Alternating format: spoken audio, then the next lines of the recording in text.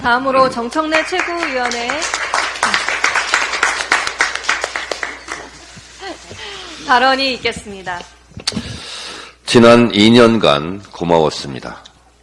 오늘이 최고위원 회의 마지막 날입니다.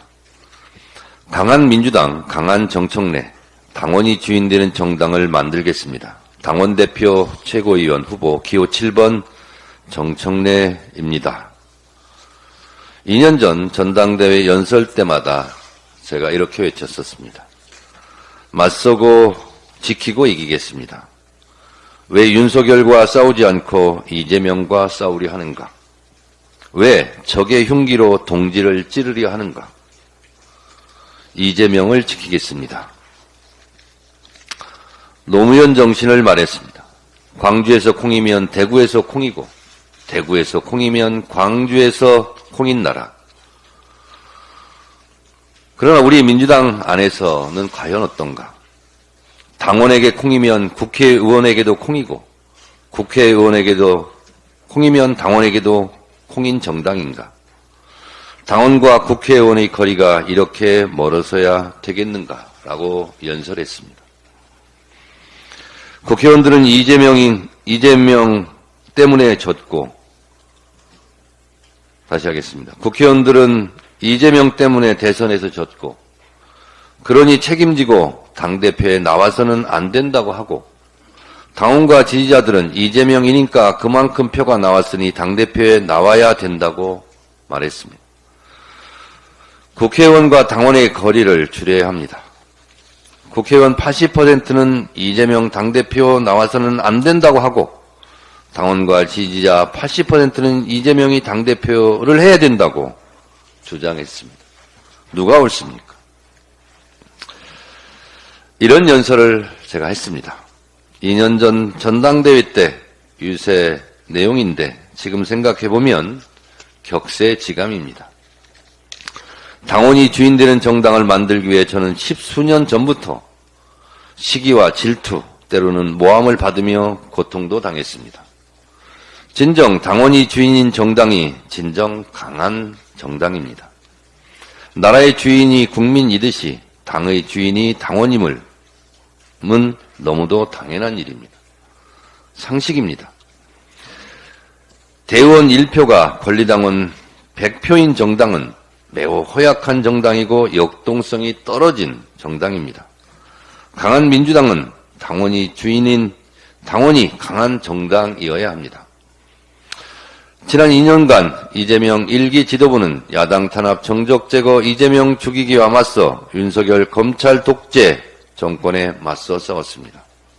동시에 당원과 지지자 중심적 정당을 만들기 위해 부단히 노력했습니다. 당이 위기에 빠질 때마다 당원과 지지자, 국민들 덕분에 견딜 수 있었습니다.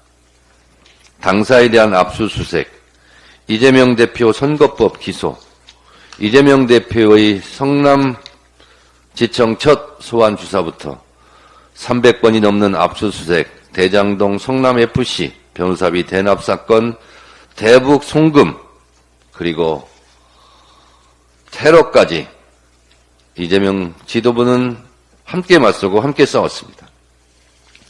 적은 외부에만 있지 않았습니다. 이재명 대표 체포동의안 가결 사태와 이재명 대표의 목숨을 건 단식투쟁, 그리고 법원의 기각까지 내후 외환을 우리 지도부는 견디고 버티고 끝내 당원들이 공천혁명에 힘입어 역사상 최초의 야당 단독 과반수 이상의 압도적 승리를 거뒀습니다. 이 모든 것은 당원과 지지자, 국민들 덕분이었습니다. 지금은 누구나 원내 중심 정당에서 당원과 지지자 중심의 대중정당을 만들자고 외칩니다. 참 다행한 일이고 옳은 방향입니다. 이재명 대표 아니었으면 거둘 수 없는 총선 승리였고, 이재명 대표 아니었으면 불가능한 당원 주권 시대의 개막이었습니다. 이재명 대표 당원과 지지자들과 함께한 지난 2년 동안은 늘 감사했습니다. 고난의 행군이었지만 동지들과 함께여서 행복한 여정이었습니다. 다음 지도부는 전국 대의원제를 폐지하고 누구나 1인 1표인 더 강한 민주당을 만들어 한 걸음 더 나간 더더더 강한 민주당을 만들어 주십시오. 더 강한 민주당 깃발 높이 들고 더 좋은 당원 주권 시대, 정권 탈환 민주당 이재명 대통령 시대를 열어주십시오. KBS인지 JBS인지 광복절이 되자마자 일본의 국가 기미가요가 나오고 목불 인견의 이승만 찬양 영화가 나옵니다. 역사를 잊은 민족에게 미래는 없다. 피로 쓴 역사를 혀로 지울 수 없다는 광복회장의 분노에서 보듯 역사부정, 친일 불종, 외교 등 윤석열 정권과의 싸움은 멈출 수 없습니다. 다음 지도부에서 잘해 주시길 바랍니다.